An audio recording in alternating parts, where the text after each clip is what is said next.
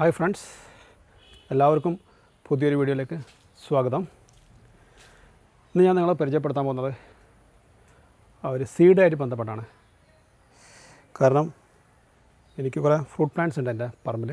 ഞാൻ പ്ലാന്റ് ചെയ്ത ഇതാണ് അബിയു. കഴിഞ്ഞ ദിവസങ്ങളിൽ ഞാൻ ഒരുപാട് അബിയു പറിച്ചിരുന്നു. ആ അബിയുവിൻ്റെ ഒരുപാട് സീഡ് വിത്ത് എനിക്ക് കിട്ടിയിരുന്നു. അത് ഞാൻ പല പാത്രങ്ങളിൽ കുഴിച്ചിട്ടിരുന്നു. അതിൻ്റെ ഭാഗമായിട്ട് ആ സീഡുമായിട്ട് ബന്ധപ്പെട്ട ഒരു വീഡിയോ ഉണ്ടാക്കാമെന്ന് വിചാരിച്ചു. ഇതാണ് കേട്ടോ സീഡ്. ഇതിന് പറയുന്ന പേരാണ് സീഡ്. ഈ പറയുന്ന മലയാളത്തിൽ പറയുന്ന വിത്ത്. അപ്പോൾ ഞാൻ ഈ സീഡ് കുഴിച്ചിട്ടാണ്. ഇതിനെ കുഴിച്ചിടുന്നതിന് പ്ലാന്റ് എന്നറിയും. I am going to plant this seed, അല്ലെങ്കിൽ ബെറി എന്ന് പറയും. BURY, bury. അപ്പോൾ ഞാൻ ഈ സീഡ് കുഴിച്ചിട്ടതിന് ശേഷം ഇതിന് ഒരു മുള വരാൻ നമ്മൾ കുറച്ച് സമയം അനുവദിക്കും. ആ അനുവദിക്കുന്ന സമയത്തിന് പറയാം നമ്മൾ ജെർമിനേറ്റിംഗ്.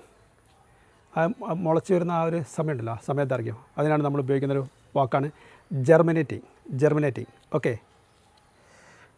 അത് കഴിഞ്ഞ് കുറച്ച് കഴിഞ്ഞാൽ നമുക്ക് ഇതിനൊരു ജെർമിനേറ്റിംഗ് കഴിഞ്ഞാൽ ആ പ്രോസസ്സ് കഴിഞ്ഞാൽ ഒരു മുള ഇങ്ങനെ പുറത്തേക്ക് വരും. ഓക്കെ. അങ്ങനെ ആ മുള പുറത്തേക്ക് വരുമ്പോൾ കാണുന്നതാണ് അത്.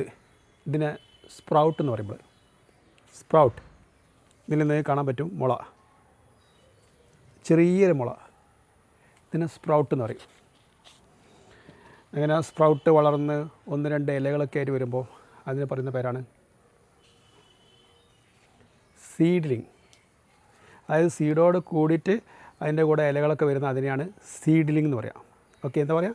സീഡ്ലിംഗ്. അങ്ങനെ ആ സീഡ്ലിംഗ് കഴിഞ്ഞ് അതിന് ഇലകളൊക്കെ വന്ന് കുറച്ച് വലുതാവുമ്പോൾ അതിന് പറയുന്ന പേരാണ് സാപ്ലിംഗ്